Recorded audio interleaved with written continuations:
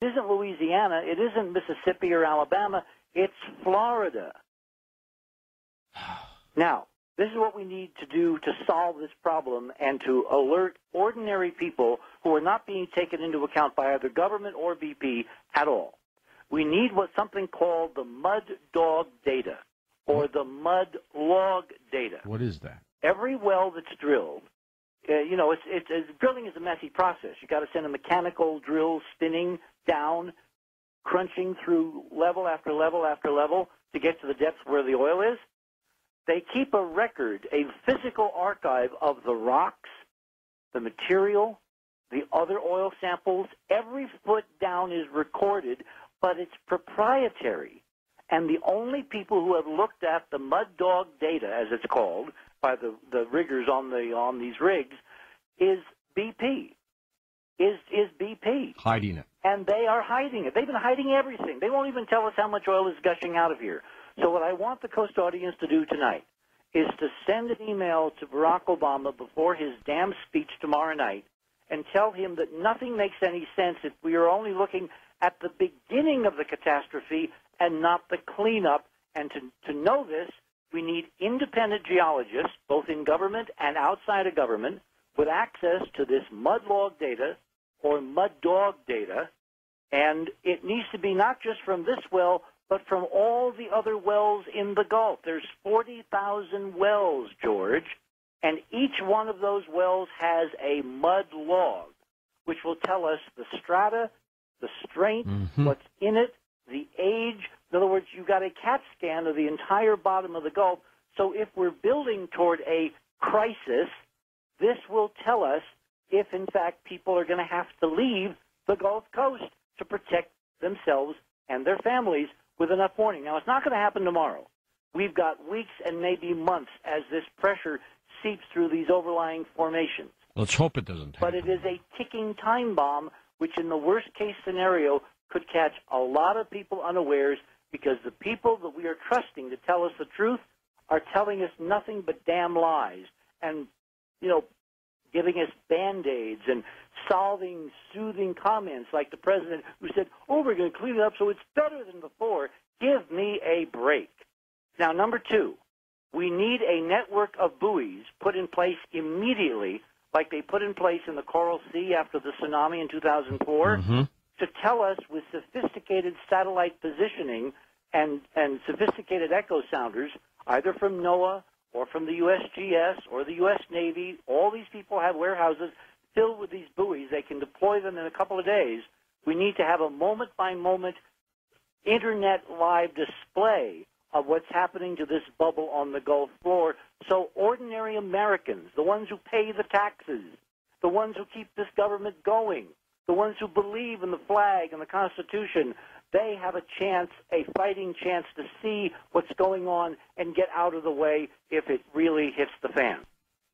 All right. Go get Robin. I'd like to bring on Robin. I'm here, Richard. There you go, here. Robin, you were out there about a week or so ago, weren't you? I came back. I got home, I think, 4:30 Monday morning, last Monday. Well, describe the scene for those of us who aren't there. Okay, there is major concern amongst the people. I went there so I could talk to the people. I haven't seen any representation on the news of anybody other than a politician or BP people or police. And the people are very concerned. The people there do not feel they have time. And this is everyone I spoke with in Texas, Louisiana, and in Alabama. And they are very concerned with the hurricane season beginning. They are very concerned that one woman's dad is a commercial fisherman. He's being paid right now to not fish, being told that he cannot take what are supposed to be the safe fish out of the water to even eat because they need them for restocking. That's right. Now, if there's any way that you can determine that these are safe and those are bad. How would you know unless you ate it, right? Well, they're in the same body of water. So, it boggles the mind. This is so widespread, and the impact for how many millions of people make their living on the Gulf Coast. Isn't this amazing the way this happens right on top of this economic crunch we're in? And you get that feeling we're going to pull out of it, and then bang, something else happens. And they want to open the borders. I mean, the craziness, the people there are so, distraught or on the verge of almost being hopeless.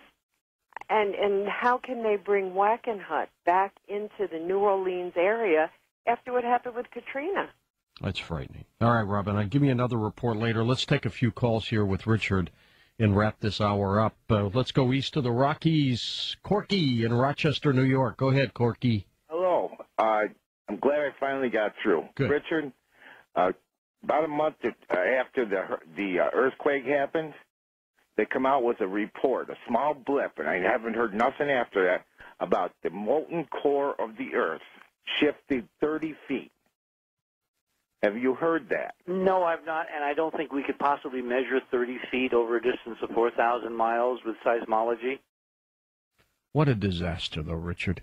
Now, you had mentioned a frustration with this administration. Why are you frustrated? What are they doing wrong? James Carville has been on media, on CNN, because that's where he's being paid to be a consultant these days. Yeah, that's right. Every night, basically, the Raging Cajun, who, as I said on Friday, is my new best friend because he's one of the few people expressing the outrage that nothing appears to be done.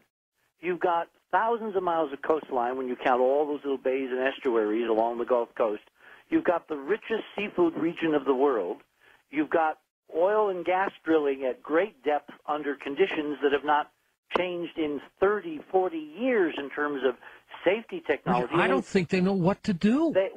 But they shouldn't be doing what they're doing if they don't know what they're doing. You understand? I know it. And you're right. This is the perfect storm, and I am very concerned that unless we get this mudlog data put on the Internet so we all get to see it, and all the independent geologists, I mean, I know a few, like Ron Nix has been on this program. He'd be competent to look at this and say, okay, this formation will break on such and such a time under such and such a load.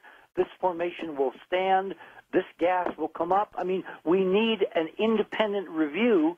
This needs to be treated as an invasion, as a war like World War III, and instead we're mucking around at the edges of the sea claiming, oh, everything will be fine, we'll seal this in August, and then we can all go back to it will be better than before. Again, give me a break.